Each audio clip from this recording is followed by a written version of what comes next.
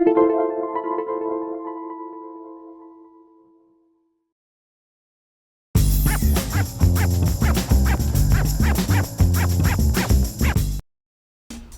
to My Long Island TV.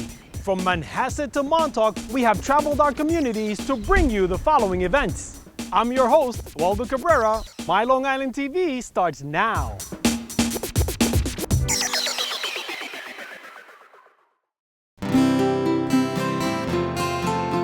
Theodore Roosevelt was born in Manhattan, and actually the Park Service has the home that he was born in, and at the Theodore Roosevelt Birthplace. This was his favorite place. He actually said he felt more comfortable here than he did in the White House. People have no idea that it was Theodore Roosevelt who really started the summer White House. He's the first president to actually work during the summer. He was the one who brought up the Food and Drug Act. He broke up monopolies. There is so much to learn about him, and you can learn it walking through his home. So this is the North Room. The North Room actually was added in 1905. It is not part of the original part of the house. During the presidential years, Theodore Roosevelt quickly realized that he didn't have space enough to meet with dignitaries. So they added this room in 1905. This room really personifies Theodore Roosevelt's personality. He has his animal mounts that he got out west. He has his presidential gifts. And of course, plenty of books. We have 8,000 books in the collection. Majority of these books were owned by the Roosevelt family themselves. These tusks were a gift to Theodore Roosevelt from the Emperor of Abyssinia. It is today Ethiopia. The tusks actually were the largest in North America at the time, and the story is that they were the Emperor of Abyssinia's pet, and he died of natural causes, and he gave them to Theodore Roosevelt. We're looking at the dining room. The family always ate together. Most people in those days really didn't have family meals together, but the children felt it was a privilege to eat in the dining room with their father.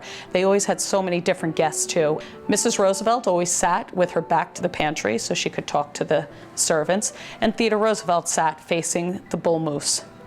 That is a screen that was a gift to Mrs. Roosevelt from the Emperor of Japan. It gave the servants a spot to hide behind, so to speak, when they were serving the family. This was Mrs. Roosevelt's sitting room. In 1902, she renovated this room and made it the blue colors that you see today. This was a working farm. Mrs. Roosevelt actually paid all the family bills and ran the household from this room, from her desk. This is the library. This actually is where Theodore Roosevelt worked in the summer. This is the equivalent of the Oval Office. Now, people don't realize why Theodore Roosevelt could work during the summer years, whereas some presidents couldn't work as much, because the invention of the telephone. You're now looking at the master bedroom. The bedroom set was actually Theodore Roosevelt Sr. It was Theodore Roosevelt's father's set on West 57th Street in Manhattan. This is the gate room. This is the room that Theodore Roosevelt passed away in 1919. He had almost died during his safari to Brazil, the Rio Roosevelt, and he had developed malaria there and was very sickly when he got back. He also had an assassination attempt in his run for president in 1912 and actually had a bullet by his heart.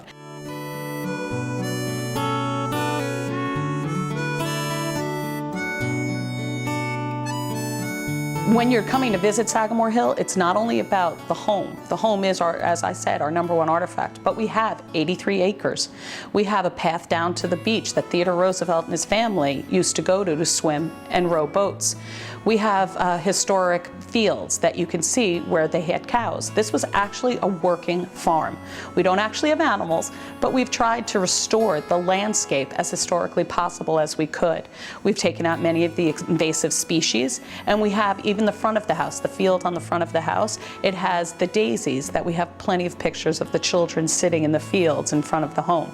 So it's not just the house that's historically accurate. We've actually gone to great lengths to make the entire site. So when you come here, you'll feel like you're at Sagamore Hill, at Theodore Roosevelt's home, when he was here also.